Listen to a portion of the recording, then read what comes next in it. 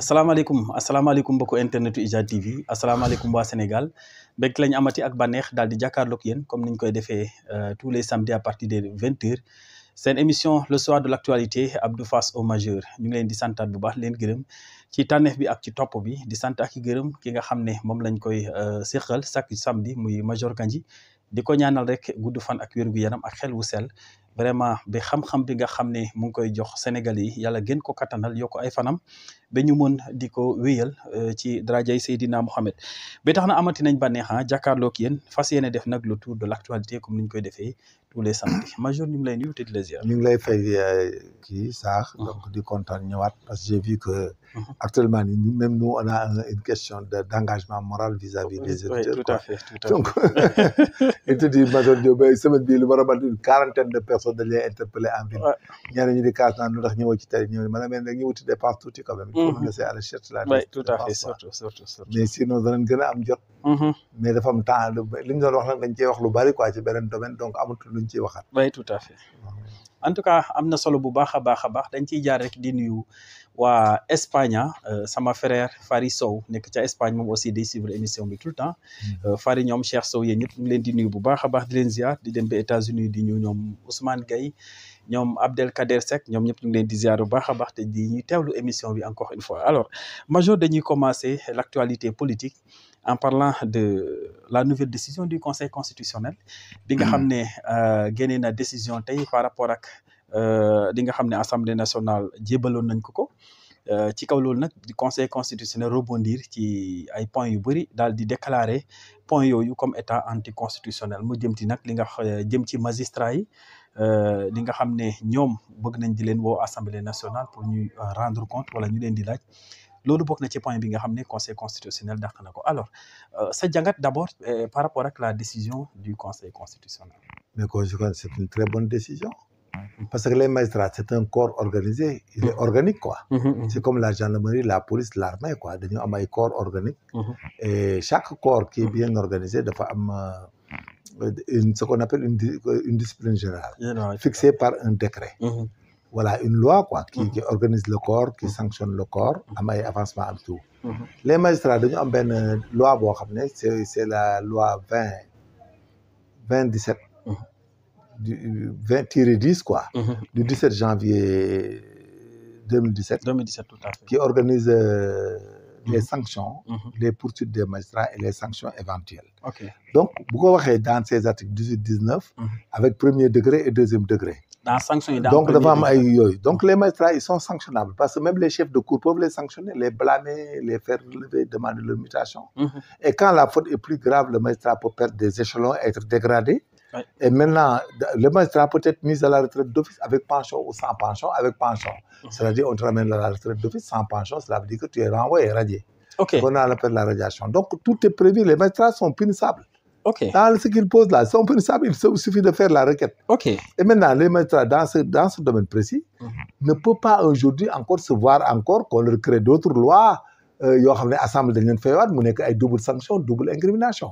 Je pense que si quelqu'un se plaint, maintenant, la saisine, en ce qui concerne un magistrat, les plaintes doivent se faire au niveau de la présidence, au niveau du ministre de la Justice. Parce que maintenant, le ligage ne s'autosaisit plus. Okay. Auparavant, le ligage s'autosaisissait. Maintenant, le ligage ne s'autosaisit plus. Donc, il faut que le président de la République donne l'ordre de poursuite. C'est comme ce qu'on appelle l'ordre de poursuite l'ordre d'informer, quoi, dans les armées. Dans les infractions militaires. Donc, il y a le ministre de la Justice et le président de la République qui doivent transmettre les documents pour les griefs, on les enquête. Et là-bas, si le ligage est saisi maintenant, c'est comme un essai, quoi, un soit transmis que le ligage reçoit parce que le ligage ne s'autosaisit plus. Donc, voilà, tout est prévu. Donc, maintenant, le cumul de poursuite n'est pas du droit. Il faut que la loi remplace et abroge et remplace la loi précédente et efface carrément tout ce qui est texte de discipline et de répression des magistrats qui sont fauteurs. Bon. Et là, on peut créer une nouvelle loi maintenant qui organise la poursuite des avocats, l'interpellation des avocats, les blancs. Parce que eux, dans leur projet de décret, là, ils devaient arriver à ordonner l'arrestation d'un magistrat. C'est là où ils voulaient aller. Oui, il voulait aller jusqu'à l'arrestation de magistrat, c'est pas possible. Ah bon? Il appartient à... L'homme a une philosophie. Oui, ils étaient... Parce que dès que dans l'incroyant interprété, il voulait le prendre et de faire des poursuites et jusqu'à l'arrestation. Donc le magistrat, s'il fait une faute, dans l'exercice de ces fonctions, c'est pas la même chose. Parce qu'il y a des infractions subjectivement, par exemple, le magistrat et objectivement magistrat. Quand le magistrat fait une infraction subjectivement magistrat, mais loulou, c'est le droit commun. Ça, c'est dans l'exercice de leur fonction. C'est leur fonction, c'est du droit commun, parce que c'est du droit commun. Parce que le magistrat qui vole ou qui détourne et autres, mais on peut aller jusqu'à le mettre devant ses faits accomplis. Et au pénal, là, Oui, maintenant, ce qui est objectivement magistral, c'est quand tu uses un abus de pouvoir ou un abus d'autorité, tu fais des manquements graves, mais aussi on ouvre l'enquête, les faits sont avérés, mais on te sanctionne. Maintenant, la sanction de magistrat, on peut le dégrader, le muter, les échelons, et puis il y a des sanctions de deuxième degré. La radiation avec pension, c'est-à-dire la mise à la retraite avec pension et sans pension. Maintenant, c'est ça. Maintenant, créer une loi nouvelle sans abroger toutes ces formes de loi, maintenant, ça sera un cumul. Et le principe de cumul de loi sévère au Sénégal n'est pas permis. C'est un droit commun. Ah bon? Ouais, maintenant, nous pouvons poursuivre 2 fois.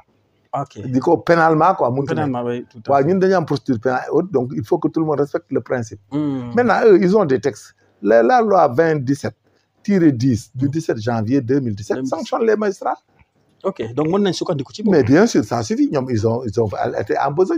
Mais ils demandent que cette loi soit activée. Ce qu'il doit changer, c'est-à-dire que le ligage peut s'autosaisir. Autosaisissement de ligage et la plainte recevable par ligage et d'enquêter. Et que jusqu'à conclure et déférer ces décisions au niveau du ministre de la Justice qui prend les décisions, qui applique les sanctions prévues et relevées par ligage. Et que aussi, que s'il s'agit pas d'une arrestation, qu'il demande son arrestation. Parce que maintenant, la seule lacune en ce qui concerne les magistrats, c'est le ligage qui n'arrive plus à s'autosaisir et qui ne peut pas être saisi directement, sauf que le président leur transmet la plainte ou bien le ministre de la Justice. C'est ça la lacune qu'il faut enlever, mais le reste, il faut que les gens apprennent à les poursuivre et c'est tout. La loi 2017-10 du 17 janvier 2017 poursuit les magistrats.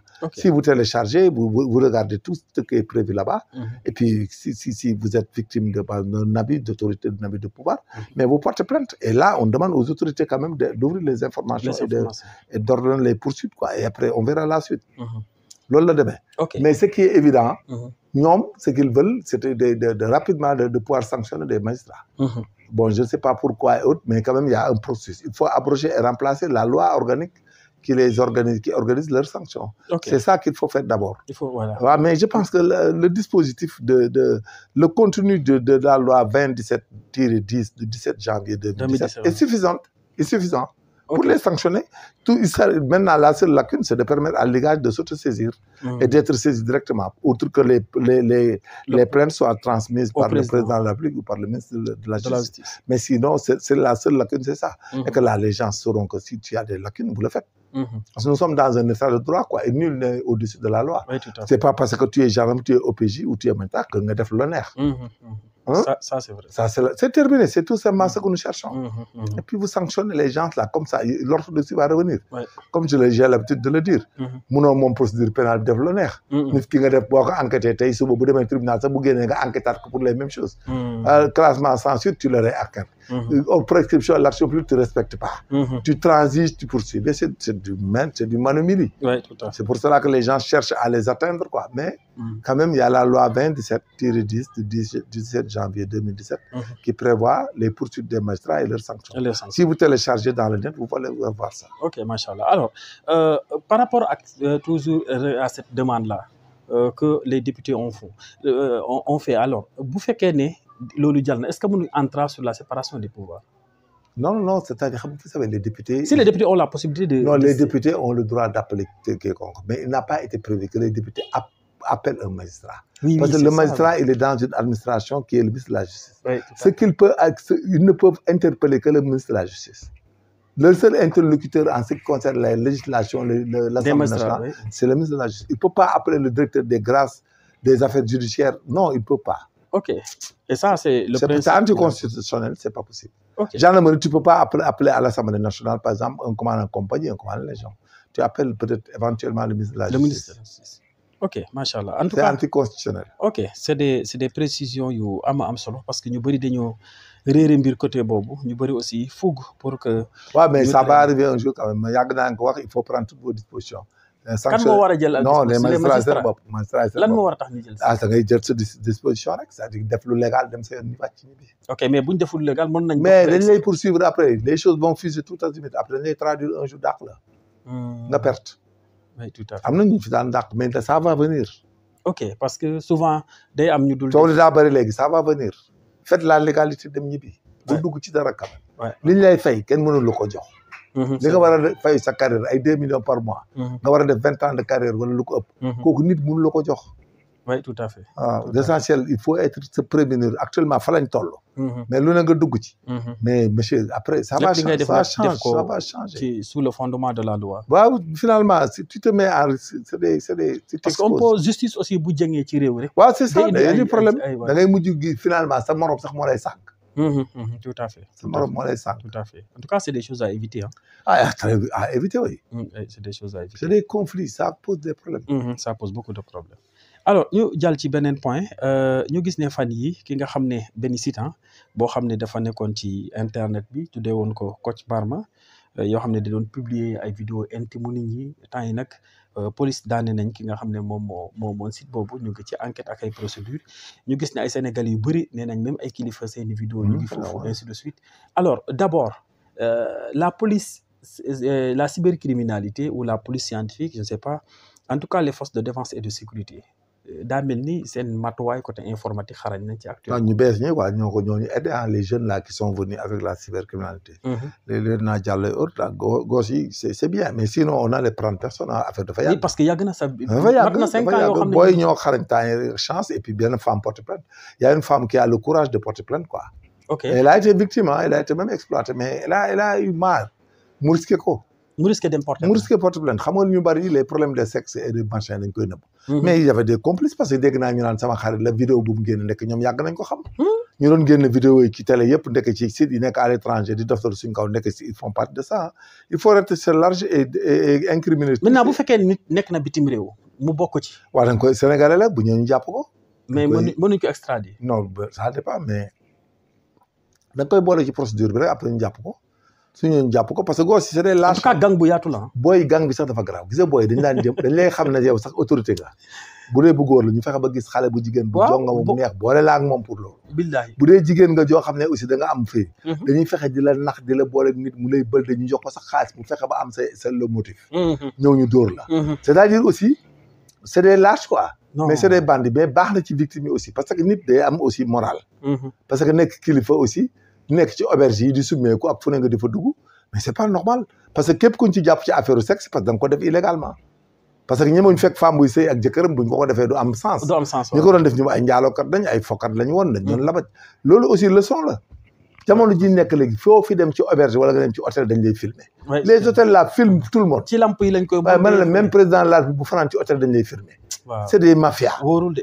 il faut arrêter il faut nit ki da ngay am rigueur am ngay def gis nga fi ne nii ñoom ñëpp lañ filmé xaw nañ leen a rey goo ci liñ ci jàpp ci xaalis tuuti na am na ñoo xam ne liquide lañ joxe am nañ joxe ay liquide joxe ay terrain joxe ay kër ay oto waaw ñëpp lañu day gën a garaaw goos yëpp était dans cette mafia là goos yi wax ci télé bi naan sama copain la dem naan ko génne ñoom ñëpp ils étaient là-dedans waaye c'était là-dedans y avait des agents yoo xam ne loolu seen métier da ngay jël benn major kanji toilette ko jëndal ko Jaguar mu dem di fexe ba dugg benn femme bu am valeur am ay lu muy bañ ñu di fexe ba nax ko boo ñëwee fekk gars yi orienté lépp buñu paree dagg lépp génn say taati neen ak say yu kenn xam gis nga mës naa jàpp benn waaye il s'appelait xaw ma benn boy boo xam ne yaa ji était saoudien son père était diplomate guinéen mais nee naa la film yiy daw porno yiy daw Amérique du Sud boori Amérique du Sud yooyu tous beaucoup de films africains la ay sénégalaises ak ay guinéennes ay béninoises togolaises maa ko jàpp ma laaj ko mu ne ma jaay ñu ko fi yëpp ñu ngi koy jaay Afrique Amérique du Sud soo demee suñ ñu noir ñi fay nekk porno yëpp suñ sénégalais yi mais xamuñu ko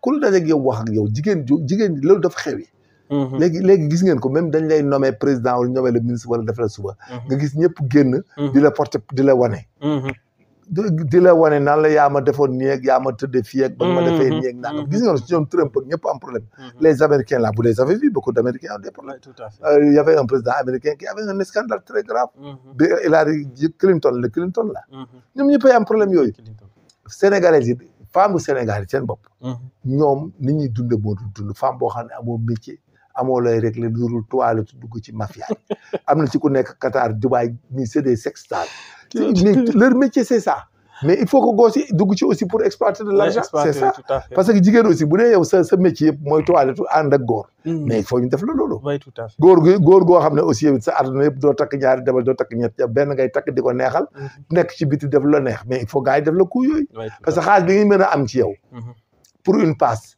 day tuuti par rapport ak chantage oui ah dañ lay chantage moom ay millions la gars yi di dégg oui bien sûr am na ñoo xam ne ay 10 millions lañ joxe waxuñu ko waaye am na ñoo xam dañ lay joxe 10 millions am na ñoo xam dañ lay bett sa service ngay commandé service wala département ministère wala dara mais ñu def loolu bon nga di ngay embauché par force waaw di jël ay nit c'est du n'importe quoi mais c'est extrêmement grave non c'est grave oui Sénégalais ils sont trop légers parce que y a trop de femmes yuy foye seen yaram yi parce que naan sama far ak sama nangam foo far bu ñëw dana la xam mais loolu mënut a nekk mun leen dund seen yaram yi c'est pas possible.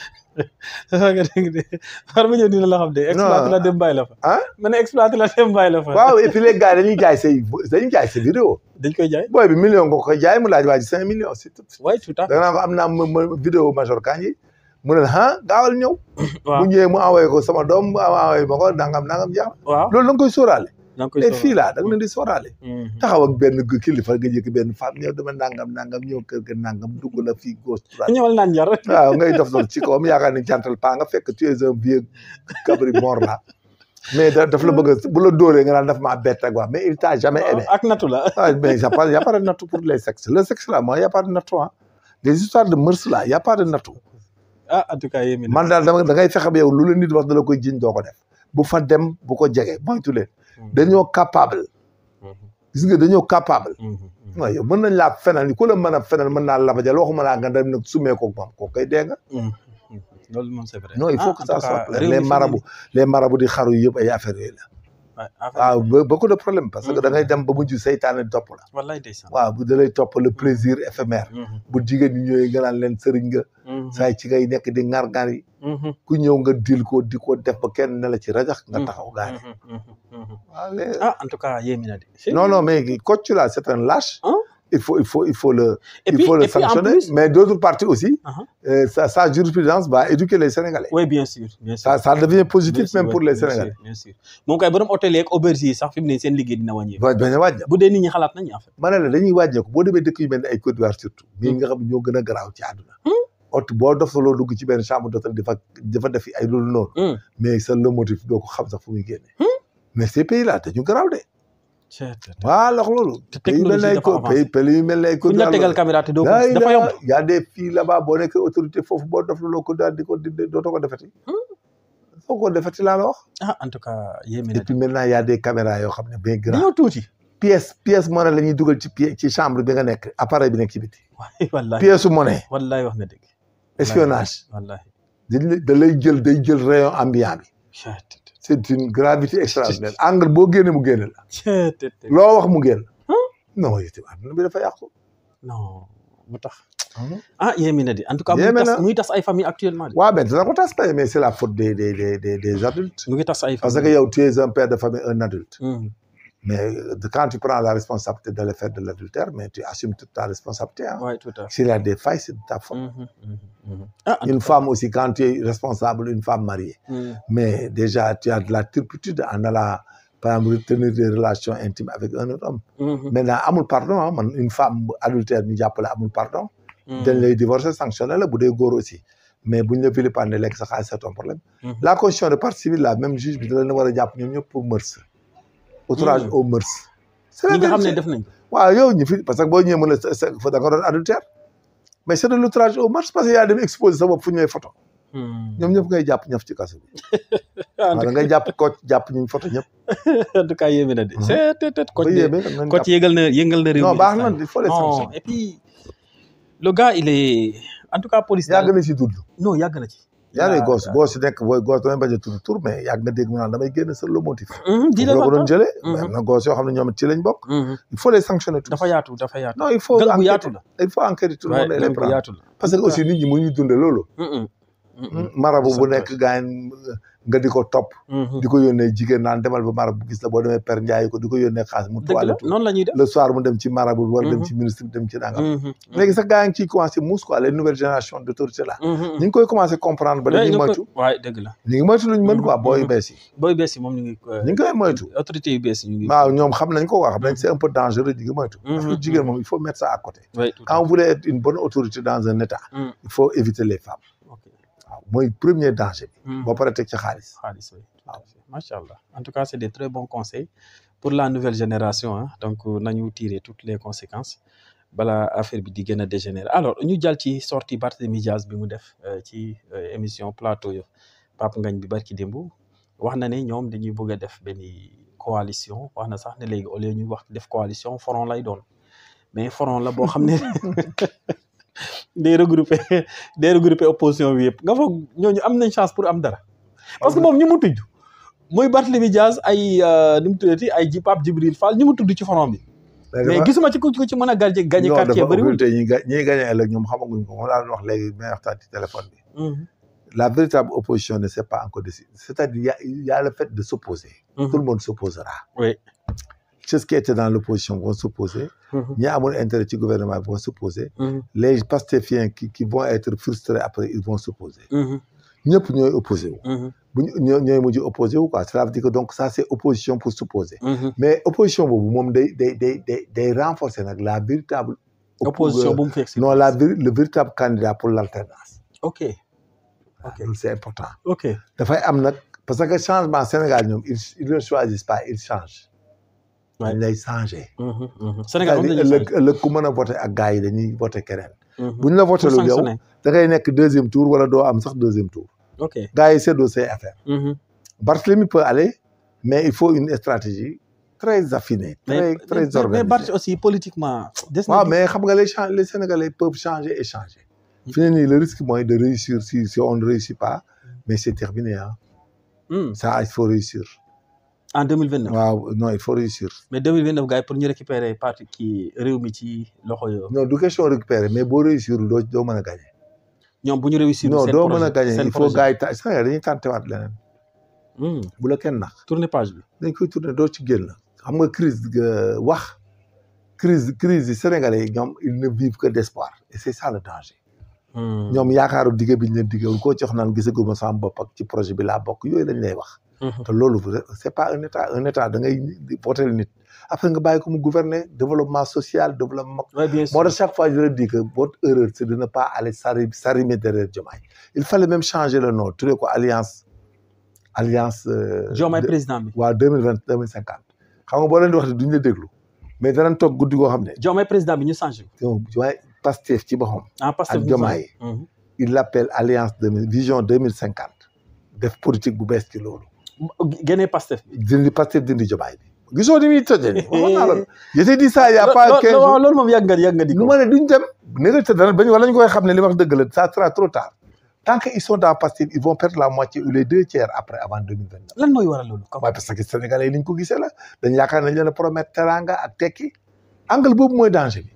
il y a trop de conflits avec cette histoire-là maintenant le conflit n'est plus avec l'opposition le conflit est interne et sera interne ils vont viser tous les gens qui am ndomba tànk tous ceux qui ont des ndomba tànk dans le régime actuel là sont exposés ah bon dans l'avenir ils sont exposés kay maa la ko wax parce que y aura des gens qui vont pas accepter ñoom d'être en rade duñu am poste duñu am xaalis duñu am lekk duñu am lafa et là c'est pas ça la politique la politique dégg naa jawrin sama copain jawrin nee na projet bi kat waaye def nañ dara jàpp sàcc yi te bu sa sàcc xam nga da ngay dégg y a des choses c'est mitigé quoi donc voilà jawrin théorie yi muy génne c'est des théories tellement graves gars yi ngi retaan mais jawrin olof la de jawrin li mu waxee si déggu baax dégg ko lan la wax mu ne jawrin daf ne on l'a pris le projet moo doon jàppal ñu sàcc yi donc xam nga déjà kooku moom il est nee na du sàcc mës a sàcc nañu jàppal sàcc yi loolu tax ñu indi ko mooy projet bi. waaw xam nga kooku. loolu la leen Sonko jaay. waaw léegi li muy wax moom ak geneen li muy wax du benn.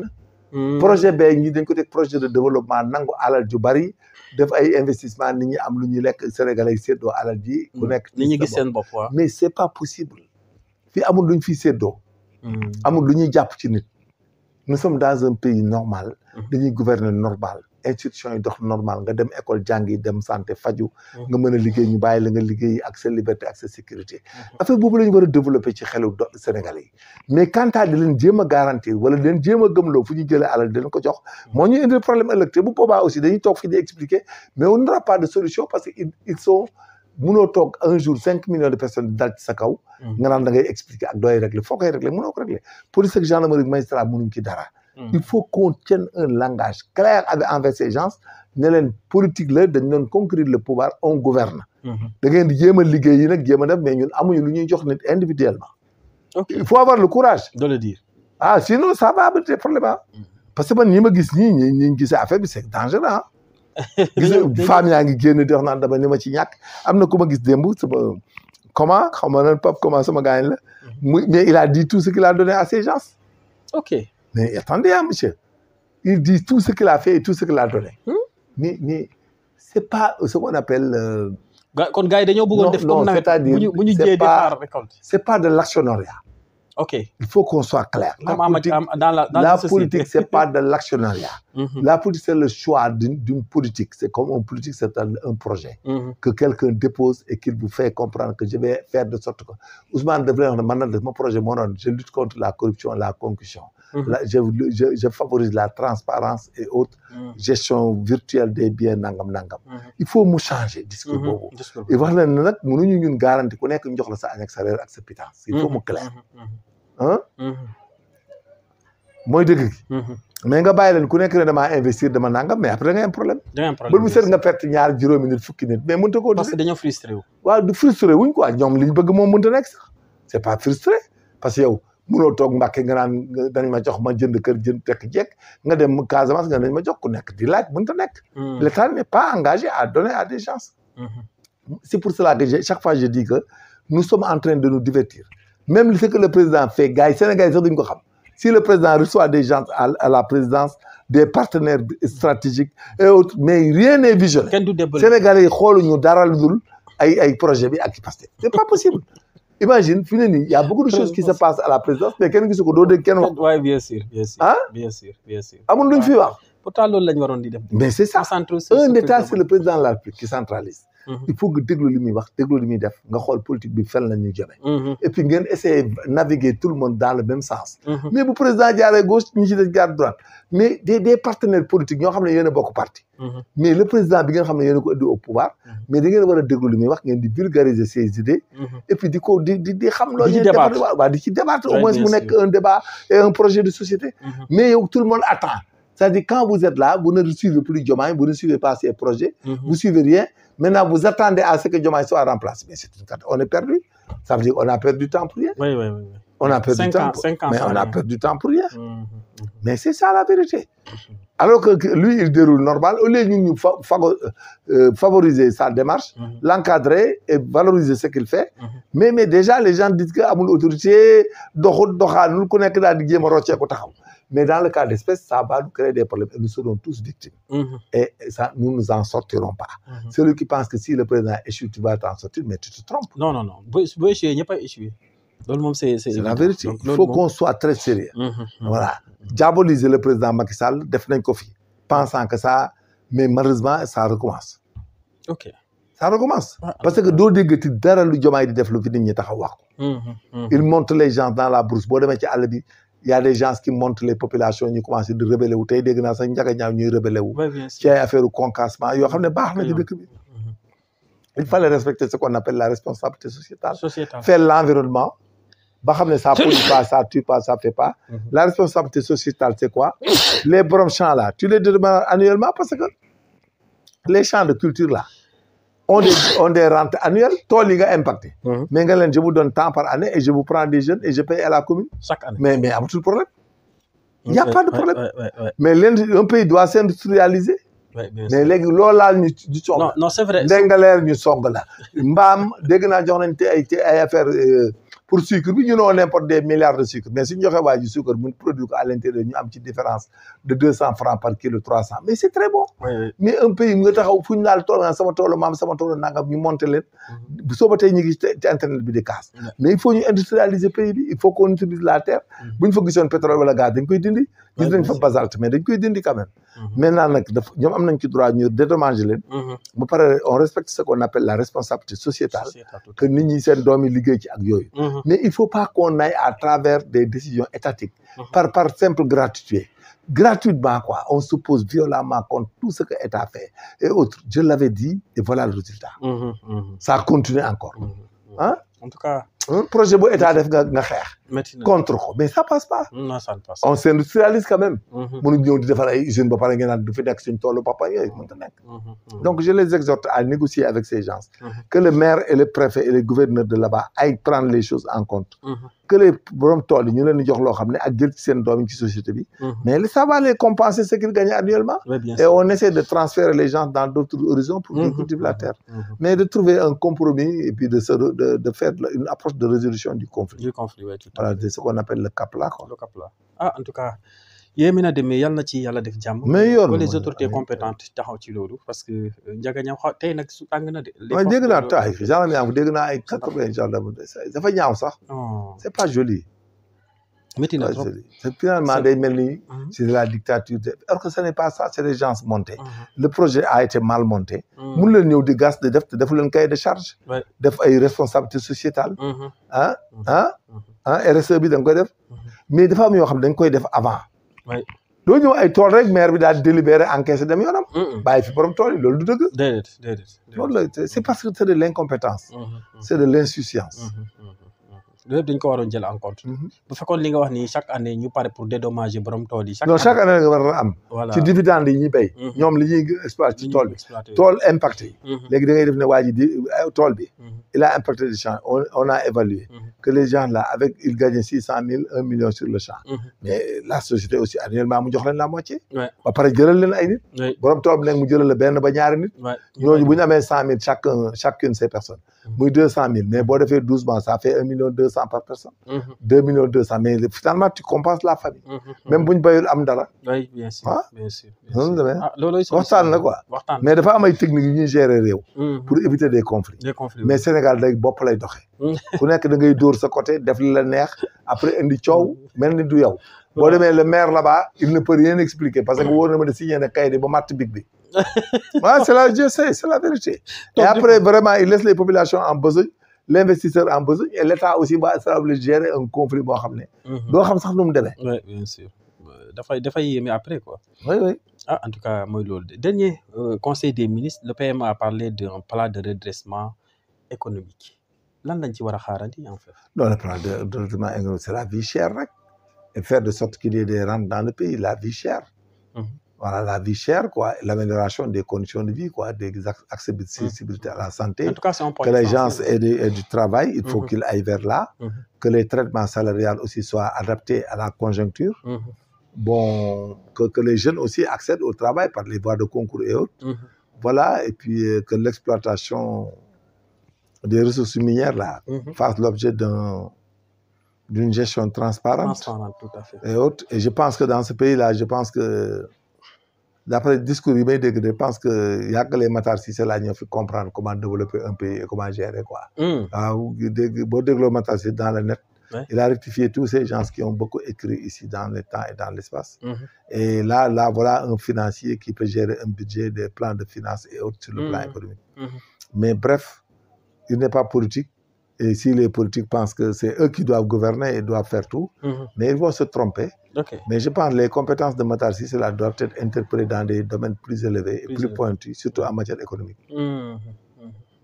Parce qu'il y a des compétences. Non, quoi, c'est clair. Et puis ça protège le pouvoir, quoi. Quelqu'un qui n'est pas politique, qui gère l'économie, qui n'a pas de passé, qui n'a pas été là-bas, et qui a un bon sens dans le raisonnement de la gestion des affaires économiques du pays. Bon, il te fait ça, il te le fait bien, et puis il met en place le plan stratégique de développement. Ce que Ousmane veut là, c'est des Matar Cissé. S'il n'a pas des gens comme pareil là, il va pérégriner, il va marcher le pas. Il ne marquer le pas. Ok. Mais il faut qu'il appelle des sommités. Des sommités, oui. Des gens qui sont capables de développer. En tout cas, c'est une très bonne stratégie pour que nous puissions redresser notre économie. Ouais, parce qu'on est dans l'obligation. Okay. Dans les temps où nous sommes là, il n'y a plus d'attente. Ouais.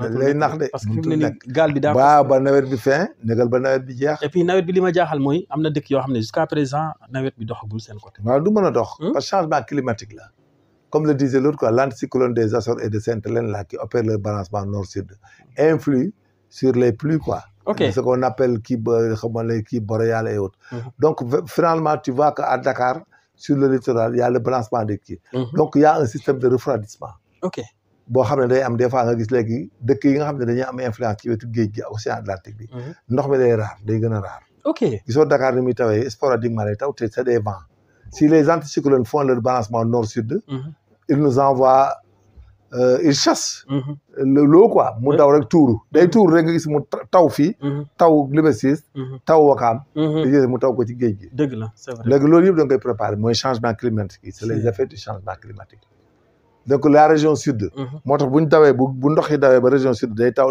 lu bari boori Casamance Guinée Bissau Guinée Conakry foofu moom day taw waaw day taw lu bari Gambie parce que ñun dañuy upp lépp jox leen ko mu daw ndax ñun day daw ci géej gi ñun ñi day daw ci géej bu daw ci géej gi fa la koy upp lépp tuural leen ko ay vers Kolda ak yooyu Sénégal loolu la day ndox bi day tëb Sénégal léegi boo tax nga gis day taw bu commencé taw Kaolack taw ay boori région sud bi day taw région sud da ngay jëlaale ba Kolda oui même une partie de Tamba waaw c'est ça ok en tout cas mais état est-ce que gisoo aussi war na jël ay matuwaay construire ay forage ci àll bi si nit ñi mën a béy noor béy nawet non si il faut le faire ça c'est une non il y a des océans souterrains qu'il faut aller voir on les appelle des puits ordinaires ok dafa am artésien ordinaire ordinaire mooy les fleuves qui passent en bas da nga koy fekki oui tout à fait di ko jël da ko jëlee nag moom ngay irriguer ci àll bi di ko tuur fépp gars yi di béy noor nawet waaw gerte gi dañ koy béy tout le temps ak dugub ji dugub ji bu pare rek nga béyaat yow doo toppatoo taw bi dugub ji boo béyee ba góob rek nga dindi béyaat leneen et tu mets des zones en jachère ce qu'on appelle des champs en jachère oui tout à fait non boobu bu ñu fa démoulé il faut qu'on arrive à ça il faut puiser des puits s'il faut irriguer l'eau depuis des zones il y a des zones dans le Kayar même à Dakar ici il y a des puits oui y en a il y a des zones boo demee grand face ni boo béyee boo de 5 mètres mënoo gas 5 mètres da ngay am ndox da ngay am il faut la nappe phréatique là tu aspires ça oui tout à fait même fii à Fatick fii boo fa demee y a des zones 2 mètres il y a de l'eau 2 mètres il y a de l'eau il faut qu'on arrive à ça il faut qu'on arrive à ça sinon parce que la culture la rente là de culture là n'est pas suffisante non il faut au moins ñu béy 2 à 3 fois voilà très bien par année voilà da ngay béy juin juillet août septembre nga léegi nga octobre léegi novembre décembre janvier février mars nga defaat avril mai juin juillet nga taw bi fekk la fa nga dem waaw non mais day am ay zone nag mais là-bas il faut créer des compagnies ça l'État ne peut pas irriguer tout le pays maintenant il faut aller dans le Djolof vers boo génnee Touba jëm Daara Linguère àll bi dafa rëy te amul dara ba Matam là-bas nag tu fort da ngay forer ay forage yoo xam ne bala nga irriguer ko depuis longtemps mu ñëw et là-bas tu crées des compagnies d'agriculture voilà que tu vas créer des sociétés qu'on appelle la Sodeva à l'époque la Soneval Sodeval waaw comme Sodeval société boo xam ne day am ay encadré dans la matière agricole bokkul ak comme la Sonacos waaw non Sonacos c'est pour la consommation des produits oléagineux société de commercialisation des produits de je ne sais pas oléagineux du Sénégal maintenant tu crées des sociétés d'agriculture ku nekk nga orienté ko ñii dañuy dem ci gerte gi ñii dem ci dugub bi ñii dem ci mboq bi ñii dem ci canne à sucre ñii dem ci ceeb bi ñii canne à sucre bi aussi nga yokk fële mais Sénégal da koy def du revolving tu prends des gens ils cultivent bu ñu ñëwee culture yooyu da nga koy def dans des caisses de précaution et de stabilisation des prix dans des comptoirs qui les vendent à des gros porteurs des grands commerçants qui l'achètent voilà et qui les reconditionnent selon leur label mu jeex buñ jëmul foofu waaw il faut qu'on arrive à des fi ne ni dootoo bàyyi béykat yi kese ñu béy il faut des sociétés l'État là même la DER là devait créer des sociétés de ça oui bien sûr bu ñu ko defee commencé ci génn l'élevage aussi il faut aller à l'élevage les gens les éleveurs ils vendent à l'État des bêtes au lieu de subventionner ay repas ak yooyu c'est très dangereux on détourne tout il faut rien da ngay dem jënd seen bêtes yi ñoom ñu jënd seen bopp lekk oui bien sûr léegi nga jënd bêtes yi yóbbu leen ranch de Dolly léegi di leen développer waat bu tabaski jotee nga jaay Sénégalais yi au poids et puis là tu renverses la tendance de l'spéculation sur les moutons de tabaski da nga koy renverser parce que si l'État a 1 million de bêtes mais État bi da koy jaay au kilo kuy bu matee 30 kilos boo ñëwee tu payes 30 kilos kilo 6 000. Ok. Ça te fait 200 000 environ, jeex na. Ok. La bête fait 12 kilos, tu payes 60 000, 65 000. Parce qu'en temps normal, bon, mais Seras, si tu as 60 000, presque tu achètes une bête de 10 kilos. Oui, bien sûr. D'épais, quoi. Bien sûr. Maintenant, on peut aller vers ça, vers cet esprit de modernité. Mais là aussi, ça programme au parti bi war nga ko ci dugal. Non, on a des programmes développés. Sénégal, on a développé. Sénégal, en une fraction de seconde, on règle le problème. Nga règle ko de. Mais je vous dis, c'est une question terre à terre. Mais Sénégal moom boo fi ñëwee di def d'une manière académique di théorie. waaw mais doo développer ce pays. waaw c'est vrai c'est vrai. gis nga yëpp ñuy wax ni ay labaj la yoo xam ne benn du ci yegg. ay wax kese la di jàpp ne académicien. dara du ci yegg li ñuy wax yëpp c'est zéro. il faut nga def yëfu calcio football calcio. voilà calcio bu gaaw àll bi amoo loo leen di expliquer da ngay dem bay. exploité dem waa àll bi loo leen mën a expliquer duñ ko xam. déedéet jarul expliquer. loolu ñu bay seen gerte nga jënd ko dem. waaw ñu koy traduire rek ñu koy transformer xamuñu ko. jarul ko sax. loolu la gis nga diwu segal yi ñuy def ci àll bi. dëkk bu nekk mën nga fa créer coopérative boo xam ne gerte dëkk bi lay jënd segal ko. waaw l'aboutissement c'est de l'huile. oui bien sûr nga jël tourteau bi génne. bu ñëwee dañ koy frelater di def ci ay produits defar ko. La SIB là ne fera que raffiner. Raffiner, oui, bien sûr. xam nga une raffinerie ne fabrique pas. da ngay indi produit brut bi nga raffiner ko. ok mais yëpp c'est des techniques à Touba ailleurs et tu peux le faire dans le Niani. tu peux le faire dans le Sine. tu peux le faire partout. ok macha allah en tout cas nekk na lu am solo alors ñu gis ne li nga xam ne moom mooy procès Moustapha Diakhaté ak Bassirou Fofana dañ koy renvoyer. waaw greffier ñoo grève. ñoo grève bi. il faut que quelqu'un passe à l'audience enregistrer le jugement. et après délivrer le jugement quoi c'est y a la grève. la grève mais yaakaar nga ne kii nu mu tuddati mandat de dépôt bi mën na après bu ñu leen atee mën nañ leen libérer.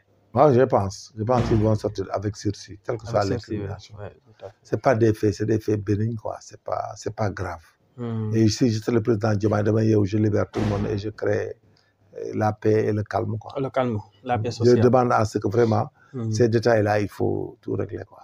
parce que problème fi ñuy jëm ça va entrer dans les éléments constitutifs du conflit à venir. il faut arrêter tout ça. ok dans un conflit il faut mu am des conciliabules. il faut que am ku bàyyi. ok tout à fait boo amul ku bàyyi rek day continuer ah. du mos a jeex. alors ñu jeexal ci point bi remaniement ministériel gaa ngi koy junj. mais c'est impératif. déggoo ci dara. non il faut mu am remaniement parce que actuellement nii. la théorie de remaniement manifestée par le premier ministre. ak wax ji tant que defuñu ko day bloqué waat suñu investissement ak ay activités. même bu ñuy réaménager lu mu tuuti lu mu ñàkk solo day baax. les gens vont se figer dire que on a remanié donc il faut. voilà ñu changer ay postes sax. waaw il faut ñu travailler mais actuellement avec cet esprit là day nekk cauchemardesque. ok day bloqué réew. gis nga réew bu ñëwee ba autorité bi ne léegi dañuy changer doxul. il faut mu changer bu changer wul day bloqué Ousmane n'a qu'à faire le remaniement tout de suite. ok amul xaar. ok yow léegi bu ñu la joxoon laajoon sa avis ne la defar remaniement ban kan ngay yëgal wala kan ngay wàcce. non vous savez le remaniement pour nga évaluer des gens qui sont de loin. day jafe. ok il faut nga jege leen waaw il faut nga jege leen ci yeneen domaine. parce que domaine bi nga xam ne du dox. parce que boo ñu bëggee wax ne la justice ne marche pas mais il faut arrêter. tu vises des magistrats qui font bu dee benn magistrat moo def loolu neex loolu nanga mais on le traduit. mais doo jël justice bu globaliser ko y a des magistrats qui sont bons. oui bien sûr loolu la donc il faut pas viser les autorités ministres ak yooyu. parce que la plupart du temps les lacunes dans la justice peut-être c'est des actes isolés d'un magistrat. bu dee am na gendarmerie c'est des actes isolés d'un commandant de brigade ou d'un gendarme. mais nga mere ci ñëpp ba mere ci général bi mere ci ministre bi. mais loolu la ñuy arrêter il faut qu'on sanctionne maintenant les exécutants. À la justice, il faut sanctionner les magistrats qui font des bavures. Dans la police, il faut sanctionner le policier qui fait la bavure. Mais doo ko jël globaliser ko daal di jël ministre bi ba ko yan. C'est ça notre problème nous. Tout à fait. Voilà c'est ça. bu benn gendarme wala policier mal contrôlé dans la rue. mais nga bëgg ko yan ministre de l'intérieur du jàll. par exemple un procureur isolé qui fait ce qu'il fait du n'importe quoi. mais après mënoo ko imputer ministre moom ngay wër ba jàpp ko sanctionné ko. oui tout à fait loolu mooy dëgg aussi loolu la et puis. un médecin qui fait pas son job dans un hôpital. mais loolu le ministre de la santé mënu ci dara. oui tout à fait daf may. Sénégal il faut qu'il personnalise la responsabilité et les sanctions. tout à fait mais du mën a yow. de manière globale. mais waaw mais le ministre le président le premier ministre nga incriminer ko. mais tu laisseras les fonctionnaires là qui feront ce qu'ils veulent. Par exemple, si tu attaques Ousmane Diagne et tu laisses le magistrat qui a fait des bavures, mais ça devient compliqué. Le gars là, il va continuer à faire sa magouille là, kenn du ko jàpp. Et puis chaque fois ñu jiñ ko ministre bi, alors que le ministre n'a rien à voir là-dessus.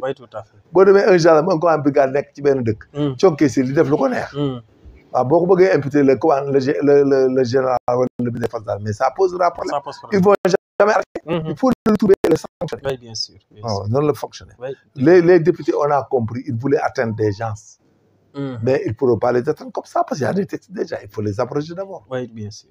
Mais mënoo tëb rek ñu jël texte yi teg leen fële quoi. ñoom dégg naa ñoom dañoo demoon ba bëgg a arrêter quelqu'un yóbbu la kaso. Ah bon? Oui, il paraît.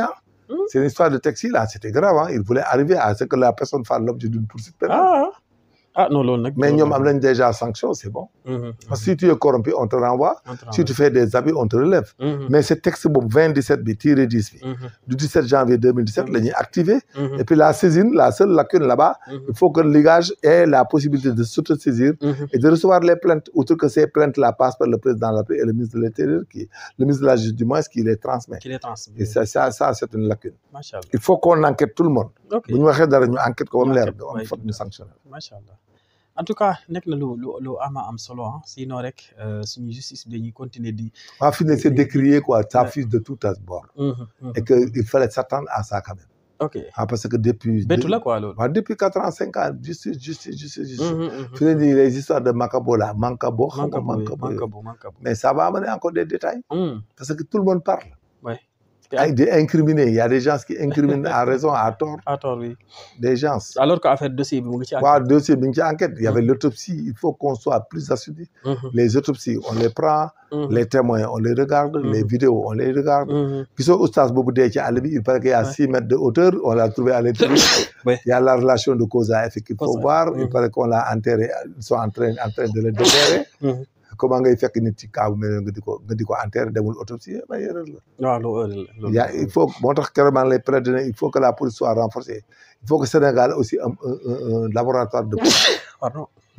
Laboratoire, un grand laboratoire de médecine légale. Ok. Waaw boo xam ne on fera les analyses, on conserve les corps, on fait les autopsies, on fait tout. Ok. Mais xam nga accident ngay autopsie koy accidenté loo koy autopsie. Accident jaru ko. Accident la autopsie waa ji. La cause de la mort c'est l'accident. Il a un traumatisme crânien, des blessures, il a succombé de ses blessures. Dafa jar di xotti. Jaru ko de. Non franchement 2000 lan la. Bu dee nag ku ñu rey wala découverte de cadavre d'accord mais oto bu accidenté. mais ñi jam gars yi partout bañ dee. ak hémorragie. Mort par accident par blessure traumatique jeex na. amatul leen loo ci wax c'est la conséquence c'est la mort. La cause c'est l'accident. Loolu la ñuy élagué teg fële. ay mort accidentel jarul def autopsie. jaru ko de. Mais parce que le Joola on n'a pas fait d'autopsie. Médecin bi mu ñëwee di wax Mendez la ba na ko mais Mendez ba na ko fii ba na ko vous venez vous faites tout les autopsies là il a fait les genres de mort. fan noyade Ziguinchor la non man maa ko resoon Dakar maa res tous les corps maa leen suul. mais tous les corps sont là à l'intérieur de ma chambre. Les corps qui sont venus à Dakar. corps yëpp ngi ak man fii. Documents yi. Mais avec les photos même des cadavres et tout, j'ai tout. Et les fiches et tout. Man naa ko enquête gars yi ñu fay leen ñu daw ba mag kay di. ba ñu leen fayee gisatu ba kenn. maa leen suul mbaaw 1 an bañ jeex. mbaaw ku nekk mën naa laa woon corps bu fa nekk. mbaaw bi. tombe bu nekk mën naa laa woon corps bu fa nekk. J'ai le plan de pose j'ai tout. maa ngi ak plan de pose mbaaw bi. yow yaa ko géré woon. maa ko géré maa ngi ak plan de pose bi. affaire bu compliqué. waaw maa leen suul maa leen di commencé suul 19h ba bët 7 6h du matin. corps bu ci fa nekk mën naa laa woon ko fa nekk. un jour boo ñëwee naa la génne plan de pose bi. oui inch'Allah. Les photos on ne peut pas les sortir. mais je pourrais te donner la liste des gens qui sont à Mbao. ndeysaan. ak corps yëpp j'ai les photos. mais man maa leen photo et tout maa leen photo maa leen recevoir Dakar maa leen identifié maa joxe corps yi ñu joxe maa suul li ci des. amutoon autopsie am. Non, il n'y avait pas d'autopsie. Mendez a fait les gens de mort, il a envoyé quelqu'un. Mais parce qu'ils sont tous morts par noyade. Oui, noyade, oui. Xam nga un corps, il y a les signes positifs de la mort. Et les signes négatifs de la mort. Les signes positifs, moi, là. Hein? Signes positifs, moi, là. Signes positifs, moi, l'imperceptibilité de la respiration. Ok. Voilà. Loolu, ce qu'on appelle une mort clinique. Waa ji dee na léegi. Mboro gutte ne. Dee na carrément. Ok. Mais dafa am nit nag les signes négatifs de la mort nag. mooy wane ne nag que la personne là moom dee na te mi ngi yàqu. mooy la rigidité cadavérique la putréfaction. ok. xam nga nit ki buy doog a dee tout de suite day am chaleur normale ma tout de suite. moo tax ngay dégg ñu ne nit ki day sedd bu dee day sedd parce que température bi. day donc chaleur deret ji mooy wàcc ba nekk zéro. léegi nag le corps prend la température ambiante. moo tax day sedd. mais après day commencer ce qu'on appelle les lividités cadavériques. La lividité cadavérique le sang va aller vers les parties basses du corps. fi mu appuyé. bu tëddee boor deret di boor la jëm. c'est comme des tuyaux quoi. boo ko tëralee benn boor comme doon pulsé day tëdd loolu la bu dee nit ku weex da ngay gis mu am verte. fi mu tëddee mu am ay appui da nga koy mën a xam ne corps bi a été déplacé ou pas. on les appelle des lividités cadavériques. Machallah. Après la lividité, il y a le refroidissement d'abord du corps. Après la lividité cadavérique, la rigidité cadavérique et la putréfaction. Et après la putréfaction, il y a des escouades d'insectes. Tu sais, le corps bi ñaar temps la fi def.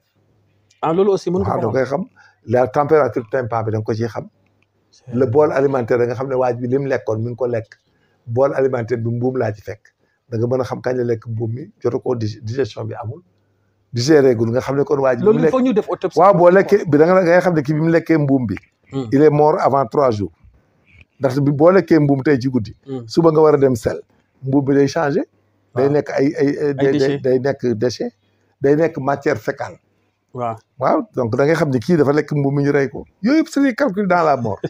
pour calculer la. affaire bi simple comme ni ñu. mais c'est la détention de la mort c'est simple. Oui, c'est dans la datation de la mort. Bon, la personne, tu la trouves en état de refroidissement. Quand même, il y a 6 heures de temps. nga fekk mu am rigidité yi te lay wóor na kii defagul 24 heures. bu commencé rigidité yi nag rigidité moo tax bu nit ki dëgëree ba ne ŋardu nag. su commencé nëb nag da ngay gis cellules yi commencé dee nga gis fu ne paqat yaram yi commencé bàyyi nag di lappax-lappaxi. loo bàyyi mu loo téye mu daal di lappax-lappaxi articulation yi commencé bàyyi. maintenant nag mu dem putréfaction rapidement dans les 72 heures mu dem putréfaction léeg-léeg boo xëccee tànk mu ci xeeku topp la. léegi si loolu bu egsee foofu aussi nan la nit ñi def bi dajale loolu. non boo koy dajale da nga koy def ndànk y a des sachets ku nekk day jàpp da ngay membre yi par exemple nit boo koy yëkkati bu fekk mu nga risqué ne kii l'état de putréfaction est très avancé. mais des fois da nga koy booral affaire bi wala nga day am ñu téye boori tànk yi parce que ici y a de l'armature xam nga y a l'os long là du tibia y a les cuisses day am ku téye fii am ku téye ci bassin bi téye ci mbagg. mais loolu da ngeen di sol masque. waaw da ngay sol masque sol gants yëpp ngeen yëkkatee ndànk daal di koy teg ci benn sachet léegi nag bu ngeen yeggee da ngeen koy congeler nag bu ngeen ko congeler ba mu congeler bu baax là-bas le médecin légiste pourra faire ce qu'on appelle l'autopsie. parce que y a des plaies traumatiques. boo ko congeler loolu. waaw boo congeler ci ngay mën a def crevés yi les ce qu'on appelle des crevés ci ngay mën a xotti corps bi def ay crevés. pour vous regarder des blessures contundantes regarder des fractures ak yooyu. maintenant y a d'autres analyses à faire ce qu'on appelle da ngay def des prélèvements sur le bol alimentaire bu dee ci ndox mi nga ko fekk. bol alimentaire boo ko defee fekkoon ndox ci mbàq bi nga xam ne kii deewul ci ndox mi. c'est antemertum ou c'est postmertum. postmertum. dafa dee ñëw ci ndox. mais bu labee c'est antemertum da ngay gis ne dafa lab. da ngay gis ndox dafa lab ba naan ci ndox bi doog a dee. ok donc loolu yëpp da nga ko xam. c'est post et antérieur. dafa am yoo xam ne nit ki mënut a dee ci ndox ba pare te du naan ci ndox bi. loolu mënul nekk. mënut a nekk. et puis y a la chromatographie à phase gazeuse à couche mince. loolu ban kii gendarmerie mooy def étude. non dañ koy def. wala c'est la police scientifique. non ñun dañ def police scientifique man dama def police scientifique. autopsie yow dama koy xam quoi su ma ñëwee taxaw dama lay wax li ñuy rechercher pour orienter la nga wax li ñu bëgg a soxla. et tu fais des prélèvements. sur le bol alimentaire le cœur et autres bu dee dañ ko empoisonné da nga koy mën a xam. bol alimentaire ci ngay mën a xam ne aussi dafa lekk lu bon. maintenant tu peux trouver aussi des pathologies yoo xam ne ñoo ko rey fi nga ko fekk mu dee mën nga trouver pathologie médecin yi mën nañ xam ne il est mort par cardiaque il était asthmatique dans les vulves là ñoom dañ koy xam. bu dee dañ ko dóor une lésion du bulbe rachidien. da ngay gis le bulbe est affecté wala dafa daanu. dañ ko jam tout ça dañ koy xam. oui tout à fait. voilà maintenant il y a des appareils pour ça quoi. ok maintenant les prélèvements se font il y a un protocole quand tu fais des prélèvements aussi. il faut mettre ça dans des vacuotunaires EDTA. on les appelle des vacuotunaires EDTA mooy les tubes yi ñuy def deret. ok on les appelle des vacuotunaires EDTA ces vacuotunaires sont imbibés d'acide diaminotétroacétique. c'est ça qui conserve la substance. soo jaay loolu nag xóot na. waaw c'est ça yëpp. ça c'est purement scientifique ah. waaw dañ koy jàng après tu vas aller même ay ADN da ngay dem ci ADN yi. koo laaloon waa ji wala bu dee dañ ko violé woon une femme. da ngay xotti vagin bi après au fur et à mesure tu fais des prélèvements. tu pourras trouver des spermes là-bas et tu pourras aller à l'ADN, à la biologie moléculaire quoi. La carte d'identité génétique. yooyu dañ ci jàpp ay nit da ngay prélever nga gis ne kii dañ ko violé avant muy dee. léegi nag les personnes soupçonnées da ngay jël seen ADN. pour comparer ko. affronter ko la carte d'identité génétique. il y a aussi les empreintes digitales sur la scène de crime. En tout cas. xam nga les empreintes digitales aussi ont des formes. Il y a la partie basale, la partie centrale et la partie nucléaire. Mais avec Galton, il y a ce qu'on appelle le décompte de Galton, le nombre de crêpes à couper par rapport au delta. Le delta, quoi, la fibre, le centre du delta, ak crêpe bi ak centre da ngay xool nombre de delta yi nga nombre de crêpes yi nga coupé. boo jëlee crêpes yooyu mu mat nombre boobu boo ko jëlee. au nombre de 12. ak le même delta. avec des minutiés quoi boo jëlee nombre de crêpes du moins compté ko. tu comptes des minutiés les minutiés c'est ce qu'on appelle les arrêts de ligne les bifurcations nga sa baaraam nga xool day am ay bifurcation am ay nga gis lignes yi am fu ñu coupé. des îlots et tout ça. loolu dañ koy calculer bu matee 12 îlots. ak nombre de crêpes coupées. avec la même forme de delta à la même position c'est la même empreinte. kooku du rëccati doo ko bàyyi mu dem. waaw da ngay éliminer nag boo ko defee da ngay gis ñoo xam ne bokkuñu minutié. bokkuñu famille quoi. doigt bi mu teg. doigt bi boo xoolee doigt bi nga xam ne kii double la. verticille simple la ak double wala double delta wala nangam. kii benn delta la yor amul ay yu mel noonu kooku bokkut ci crime bi. nga écarté ko. da nga koy élaguer. on appelle le système d'élimination. maintenant nag tu vas aller dans la même famille. le nombre de crêpes coupées, le nombre de similitudes, ce qu'on appelle la similitude. S'il y a 12 similitudes, j'aime quand on avec le même delta, avec le nombre de crêpes coupées. Ok. Maintenant, les ADN, il y a toutes les matières à faire. Maintenant, vous les cheveux, avec la kératine, là, vous avez un bas aux cheveux. Karaw bu buddee ko bu ngeen xeexee karaw gu buddee ko day am kératine bi day am benn boule bu nekk suuf. bu weex. waaw yooyu yëpp da nga ci mën a def da nga ko ci mën a def avec ce qu'on appelle les crachats les matières le bu dee waaj dafa la dagg wala mu xoos la. bala nga koy rey tout ça am na ñoo xam ne boo leen bëggee rey dañ lay xoos tubaab yi léegi dañ ko xam. foo leen bëggee rey dañ lay xoos gàcce la matt la. waaw dencaale sa ADN pare nga ci. Maintenant, il y a des fichiers ADN en France comme ce qu'on a les fichiers d'empreinte digitale comme carte d'identité dafa am. ok léegi yëpp lañ ciy dugal fu ñu la jàppee dañuy jëlaale sa ADN. ëllëg bu ñu sànnee ci base de données bi rek da koy génne da koy reconnaître. automatiquement day xam ne kii c'est la personne qu'on avait arrêté nangam et qui avait déclaré être ça s'appelait Sarr. ok Modou Sarr. ok maintenant même si tu avais donné un faux nom. ñoom xam nañ ne yow la on t'avait arrêté si tu dañ lay recherché. loolu am na Sénégal. non des na donc loolu on était à Rony-sous-Bois man j'étais à Rony-sous-Bois. Rony-sous-Bois fan la. oui en France. les choses là. mais loolu aussi yow war nga mën di def ay formation. kii mën naa ko sama métier la je l'ai fait ba màggat kay. mais actuellement war nga continuer. non ma jot fay bi mooy problème fay gi mooy problème. non fay bi du problème dañ lay fay rek xaalis bu bëri. mais fay lu ko mat. ah oui on a été à Rony-sous-Bois. non mais loolu mënoo ko toogee noonu. j'ai été 3 fois en France jàng. 3 fois. te puis wax nga ma ne dem nga États-Unis aussi. ah tout ça. mais jàng bi science policière laa def j'ai fait expertise en investigation criminelle que tu le veuilles ou pas man li ma xam du dañ mukk sama bopp bi tant que deewu ma ba. non moo tax c'est clair et précis j'oublie rien moi du ma mës a jàng du ma ko fàtte. waaw yow moom man fii pay ngay dégg même droit sax des fois nga dugg. non du ma fàtte dara ban sama métier rek moom rek laa liggéey gendarmerie ban jàng rek laa doon def. jàng rek daaw ma dem fenn jàng rek voyager jàng dem stage ñëw jàng rek. stage bu am ma dem jàngi France les chefs m'amenaient tout le temps en France. je connais Fontainebleau comme mais xëy sax xam naa ko. j'ai fait même directeur d'enquête j'ai fait technicien en identification criminelle drogue yi ngay gis j'ai fait drogue et finance drogue. façon boobu les grandes investigations waaye man nga xam naa yan nga daan ay. waaye investigation sama spécialité la. man investigation laa def j'ai fait système FBI et bien nous on fait nous les Sénégalais là on apprend plus que les Français et les FBI parce que ñoom dañuy spécialisé wu. waaw ñun dañuy def drogue def police technique et scientifique def investigation def procédure écrite dañuy bind. def yëpp ñun dañuy def yëpp. moo tax am nañ ci ay quelques gosses yoo xam ne ñoo leen formé si poulain lañ. mais monsieur amul fii lu ñu mënut.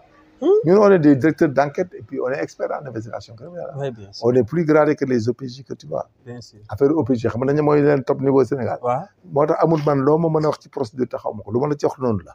moo tax boo ma ko defee dama koy xam loo def dama koy xam. c'est clair. dëgg la loolu moom c'est vrai. voilà donc loolu dañ koy jàng. fii y a rien de compliqué. mais nag faaw ñu def benn émission la scène criminelle lañ koy. waaw mais peut-être dañuy dem benn jour demander à la SR de nous prêter le matériel. non loolu la kay. on va parler de gel des lieux la contribution de la population. Non, quand la nuit, semaine prochaine, dañuy xaar ñu régler protocole bi. Régler ko. On fera ça avec la section de recherche pour montrer à la population le gel des lieux. Il faut pas contaminer les scènes de crime. Sénégal dañoo dañ ko bu fekkee nit dee fenn wala dee ci kër wala dara ku nekk di yooxu dugg laal. Après ils mettent tous leur ADN et leurs empreintes digitales.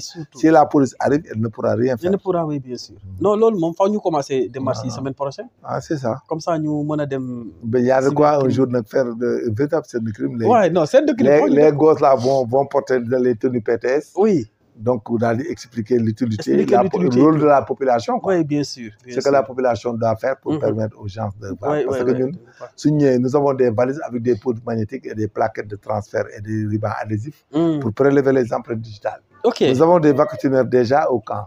Il y en a dans les valises. Nous pouvons faire le moulage des pieds. Moulage, il y a empreinte de paille. Bon, empreinte de paille. On a tout le matériel là-bas. am nañ nga xam boo tegee da ngay xam ne kii. waaw dañ koy pulvériser avec de l'eau savonneuse boo ñëwee da nga koy pulvériser avec de l'eau savonneuse après nga coffrer ko mu wër ko.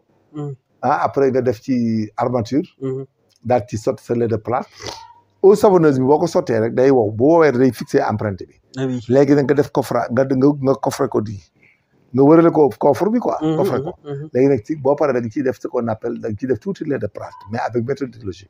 mais après nga defaat ci. armature mooy ay comme ni ñuy coffrer bâtiment. oui bien sûr boo ko amul sax mën nga jël ay balai. boo ko defee ba pare nag. continue nag léegi nag après final def ci lait de plâtre bi après nag finalement nga teg ci plâtre bi bàyyi ko mu wow le lendemain. soo woowee kooku da ngay am le film de l'empreinte digitale. empreinte day feeñ carrément ci plâtre bi. transfert de film la rek. nga jëlee ko fii yóbbu ko fa. waaw jeex na tàkk léegi nag pneu dañ koy def ci pneu yeeg yëpp. léegi nag pneu bi da ngay gis xam nga le principe de Locard. Locard disait que le crime n'est jamais parfait. Mais c'est un principe de Locard dafa am waa joo xam dafa def benn crime. mais marque daal bi mu sol dafa amoon benn écrou. bu benn pont bu duggoon ci suufu tànk bi.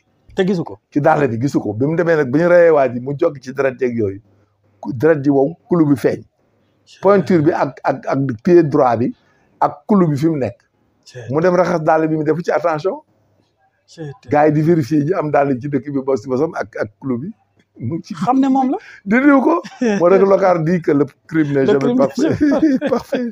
Soit le gars il laisse des indices. ou bien il part avec des indices. oui mais Locard a dit ça c'est comme ça. ala kulli haal dina am. voilà donc tout ce qu'ils font les FBI ce qu'on appelle les filatures les livraisons surveillées les écoutes téléphoniques les observations. les surveillances tout ça suñu métier la. ñu koy jàngal bëgg a mën ko. macha allah le système relais comment on fait les livraisons surveillées fii Sénégal da ngay jël drogue bi dab ko ci géej gi daal di koy dindi.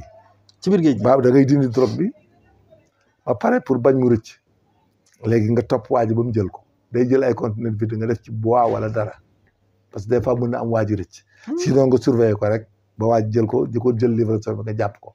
parce que da ngay bëgg xam chaîne da ngay xam ki ko livré. xam ki ko conduire bëgg xam ki ko mafia bi yëpp nga daan ko. ak ki koy jël. parce que des fois ma dégg gars yi ni ñu daanee benn gang damay jàpp. loolu la da ngay très stratégique quoi. drogue da ngay def stratégie da ngay surveiller observer filer ba xam lépp def benn PV de filature et d'observation ba xam tous les acteurs léegi nag boo leen jàppee nag ku nekk da nga koy tegal élément de preuve ne ko tel jour yaa indi drogue bi jaay nga waa ji mu livré Alioune Kandji tox ko fii yooyu da nga koy topp comme ça booy dóor nga dóor ñëpp. loolu mooy la lutte. mais maintenant enquête yi bu y a le blanchiment d'argent. bu enquête amee nit ki bañ a wax ne diw ak diw la. na tant pis pour ngeen forcer ko nan la am na. non mënoo ko forcer ay torture yooyu xewi na bu bañee da nga koy incriminer rek mais moo tax ma ne investigation doo ko yàkkamti c'est comme les histoires de terrorisme là da nga koy teelu boo ko yàkkamtee rek mu am doute. da nga koy topp doucement ba xam éléments yëpp. blanchiment d'argent c'est comme ça aussi c'est des systèmes.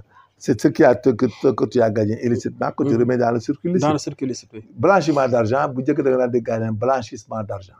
boobu El Capone la woon El Capone da ngay dégg trop. El Capone oui dégg dans aux États-Unis. Aux États-Unis. Voilà moom il avait vendu beaucoup de drogue et il avait de l'argent empilé.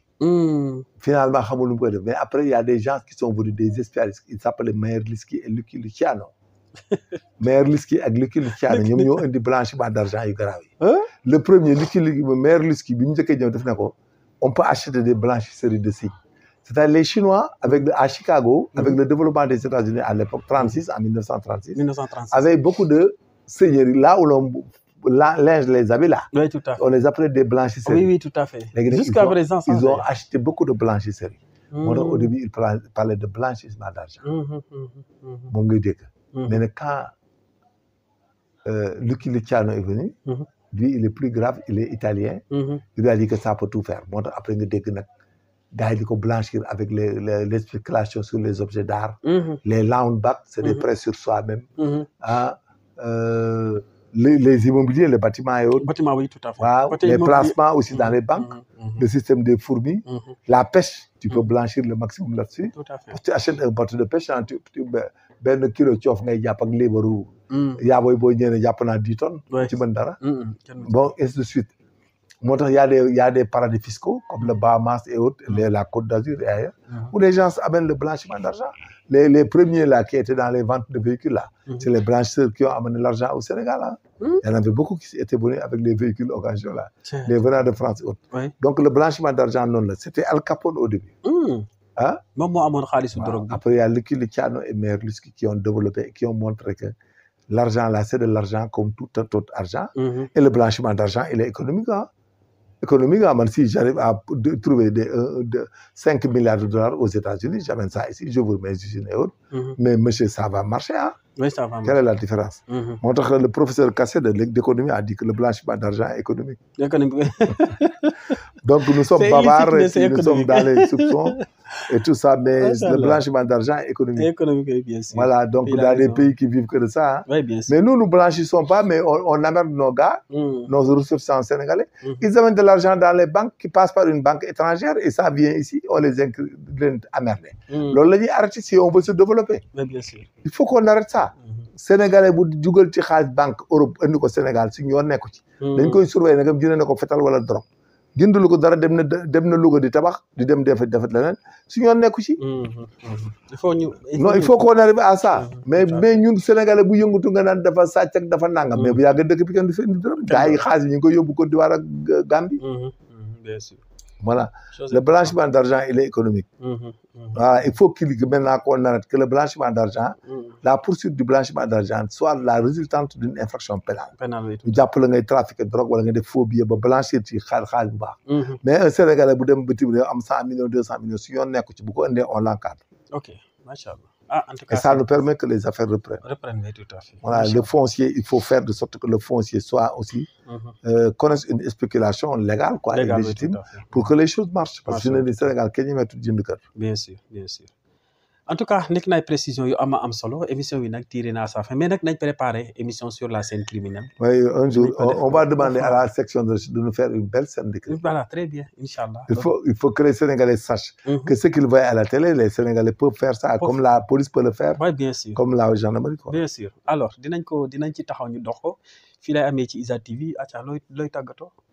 Bon, surtout waa Amérique ñu ngi lay. Mais on les encourage et on souhaite qu'il n'y ait pas de couac aux États-Unis. Aux États-Unis, oui. Parce que nous ne souhaitons pas recevoir les Sénégalais des États-Unis. Hein. Oui, bien sûr, bien sûr. Tout ce qu'on souhaite qu'ils restent là-bas. Parce que les temps avec la crise mondiale, les guerres et leurs conséquences, il n'est pas évident que des Sénégalais reviennent au Sénégal, surtout ceux qui sont aux États-Unis. Ça sera une catastrophe humanitaire. Un État ne peut pas le supporter. Donc, on les encourage et on demande à ceux qui restent là-bas davantage et que, quand même, qu'ils investissent.